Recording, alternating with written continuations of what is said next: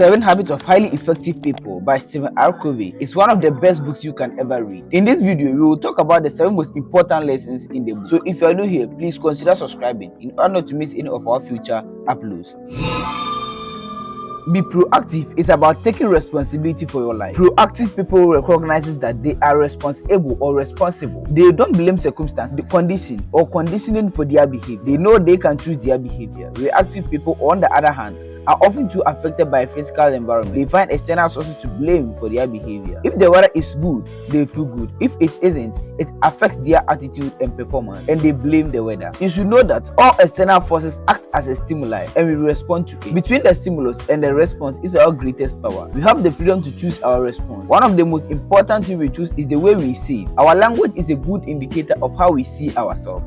As always, proactive people uses proactive language. That is, I can, I will, and I prefer. And reactive people uses reactive language. That is, I can't, I have to, or if only that and that and that. Reactive people believe that they are not responsible for what they say or do. They have no choice. Proactive people focus their efforts on their circle of influence. They work on the things they can do something about. That is their health, their children, or problems at work. Reactive people focus their effort in the circle of concern, things over which they have little or no control. The national debt, terrorism, or the weather. Gaining the awareness of the areas in which we expend our energies is a giant step in becoming proactive person.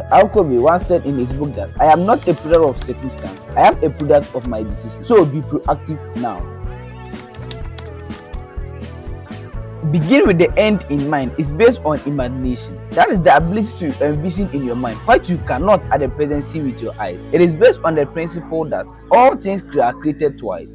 There is a mental, that's first creation, and a physical, that's second creation. The physical creation follows the mental, just as a building follows blueprint. If you don't make a conscious effort to visualize who you are and what you want in life, then you empower other people and circumstances to shape you and your life by default. It is about connecting again with your uniqueness and then defining your personal, moral, and ethical guidelines within which you can most happily express and fulfill yourself. One of the best ways to incorporate habit 2 into your life is to develop a personal mission statement or a vision board. It focuses on what you want to be and do. It is your plan for success. It reaffirms who you are and puts your goals in focus and moves your idea into the real world. Your mission statement makes you the leader of your own life. You create your destiny and secure the future you envision.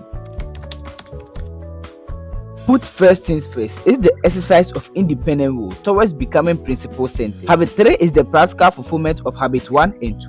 Habit 1 says, you are creator, you are in charge. Habit 2 is the first mental creation based on your imagination, the ability to envision what you can become. Habit 3 is the second creation, that's the physical. This habit is where habit 1 and 2 comes together. It happens day in, day out, moment by moment, a day with many of the questions addressed around time management. But that's not all. Habit 3 is about life management as well. Your purpose, your values, your roles and priorities. What are first? First things are those things you find most worth. If you put first things first, you are organizing and managing your time and events according to the personal priorities you establish in habits. With this, Covey said in the book, putting first things first means organizing and executing around your most important priorities. It is living and being driven by the principle you value most, not by the agendas and forces surrounding you. This is the habit of mutual benefit. Think win-win. Is it about being nice? No, is it a quick fix technique? It is a character-based code for human interactions and collaboration. Most of us learn to base our self-worth on comparisons and competitions. We think about succeeding in terms of someone else's feeling. If I win, you lose. Or if you win, I lose. Life becomes zero-sum game. There is only so much pie to go around, and if you get a big piece, there is less. It is not fair, and I'm going to make sure you don't get any more. We all play these types of games, but how much fun is it really? You see, win-win sees life as a cooperative arena, not a competitive one. Win-win is a frame of mind and heart that constantly seeks mutual benefit in all human interactions. Win-win means agreements or solutions are mutually benefited and satisfying. We both get to eat that pie, and it tastes pretty damn good. That is the life of a win-win. To go for win-win, you not only have to be empathic, but you also have to be confident. You not only have to be considerate and sensitive, but you also have to be brave. That balance between courage and consideration is the essence of real maturity,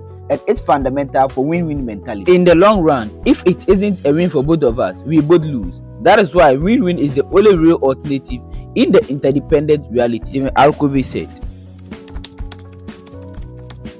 Communication is undoubtedly one of the most important skills in life. You spend years learning how to read, write, and speak. But what about listening? What training have you had that enables you to listen so you really deeply understand another human being? Probably none, right? If you are like most people, you probably seek first to be understood. You want to get your point across. In doing so, you may want to ignore the other person's completely, pretend that you are listening, selectively hear only few parts of the conversation, or alternatively focus on the words being said, but miss the meaning entirely. So why does this happen? This is because most people listen with the intent to reply, not to understand. You listen to yourself as you prepare in your mind what you are going to say, the question you are going to ask, and many more.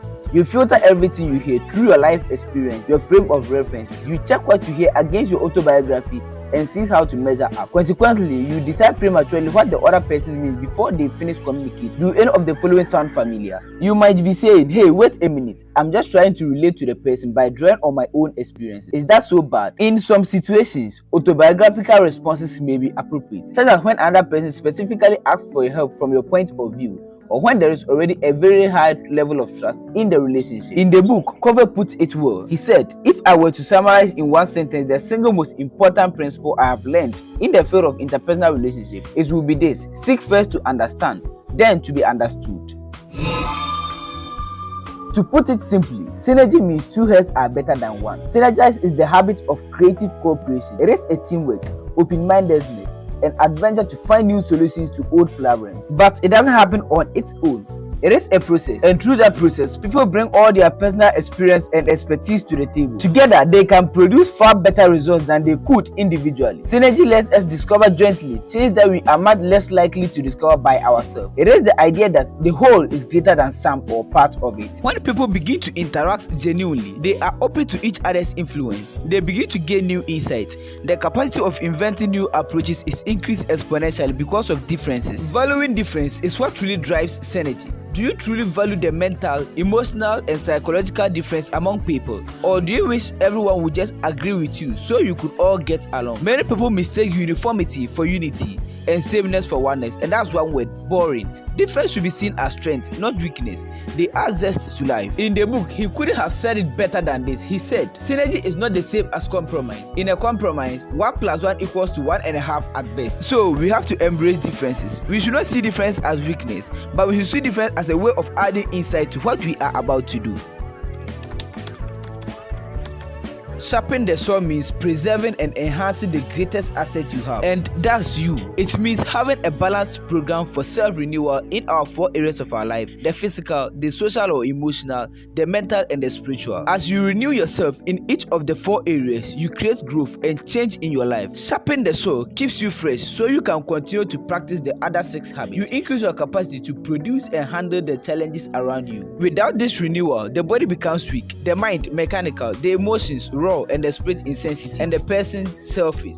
Not a pretty picture, right? You can pamper yourself mentally and spiritually, or you can go through life oblivious to your well-being. You can experience vibrant energy, or you can procrastinate and miss out on the benefits of good health and exercise. You can revitalize yourself and face a new day in peace and harmony, or you can wake up in the morning full of apathy because your get up and go has got up and gone. Every day provides a new opportunity for a renewal, a new opportunity to recharge yourself instead of hitting the wall. It all takes this desire, knowledge, and skills. Renewal is the principle and the process that empower us to move on an upward spiral of growth and change, of continuous improvement. Thanks for watching. Subscribe to our channel for more videos like this every day. And until then, as always, Aurevoire, mes amis.